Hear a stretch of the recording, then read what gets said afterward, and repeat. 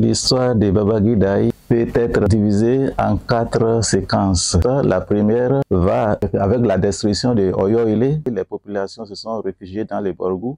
Donc des Borgou, ils vont migrer jusqu'à Kéléborgou. Pour mieux cerner l'histoire de Babaghidaï, il va falloir remonter aux origines lointaines des populations Yoruba. Alors, vers la moitié du 15e siècle, et selon d'autres auteurs, tels que Robin Lowe, remonte cette histoire vers le début du 16e siècle. Alors, Oyo-Ile qui est fondé non loin du pays Noupé. Les Noupé qui constituent un peuple guerrier. Les Yoruba les appellent les Takba.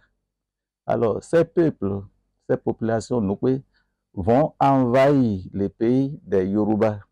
Ainsi, Oyo-Ile sera détruit entre la moitié du 15e siècle et le début du 16e siècle. Cela se passait au temps d'Alafin, Onigbogi. Alors, ces populations vont se réfugier dans les Borgou, soit auprès du roi de Niki, soit auprès du roi de Boussa. Dans tous les cas, le roi Alafin, Onigbogi, sera hébergé dans les villages qu'on a appelés Beregourou.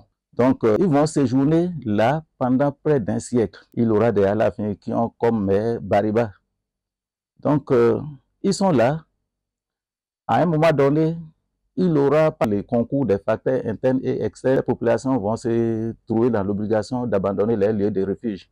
Donc, ils vont partir du Borgou. Je ne sais pas si c'est nécessaire de s'attarder sur les facteurs qui les ont contraints à partir. Ce que je sais, comme facteur externe, les Sonrai intervenaient militairement dans les Borgou. Pour certains, c'est pour recruter des militaires pour aller combattre les Marocains. Pour d'autres, c'est parce que les Yoruba étaient maltraités par les hôtes, les Bariba. Donc, ils ont décidé de partir. Entre-temps, Alafin Onigbogi a trouvé la mort dans les Borgou. Il sera remplacé par son fils Ofiran. Donc, c'est son fils Ofiran-là qui va ramener ces hommes au Bekai pour aller reconquérir les sites de Oyo-Ile. Au moment où ils repartaient, d'autres peuples, parmi ces Yoruba, d'autres ont refusé de partir avec eux. Par exemple, le groupe des Mokole. Donc, il y aura un groupe de Yoruba qui va aller reconquérir les sites de Oyo-Ile. D'autres vont migrer vers le sud. Il s'agit du groupe de Babaghidaï. Ils vont migrer depuis ces lieux de refuge jusqu'à Tchaourou, où ils vont séjourner un peu. Ils sont restés à Tchaourou par des contraintes pour des raisons données. Donc, ils vont à un moment donné quitter Tchaourou.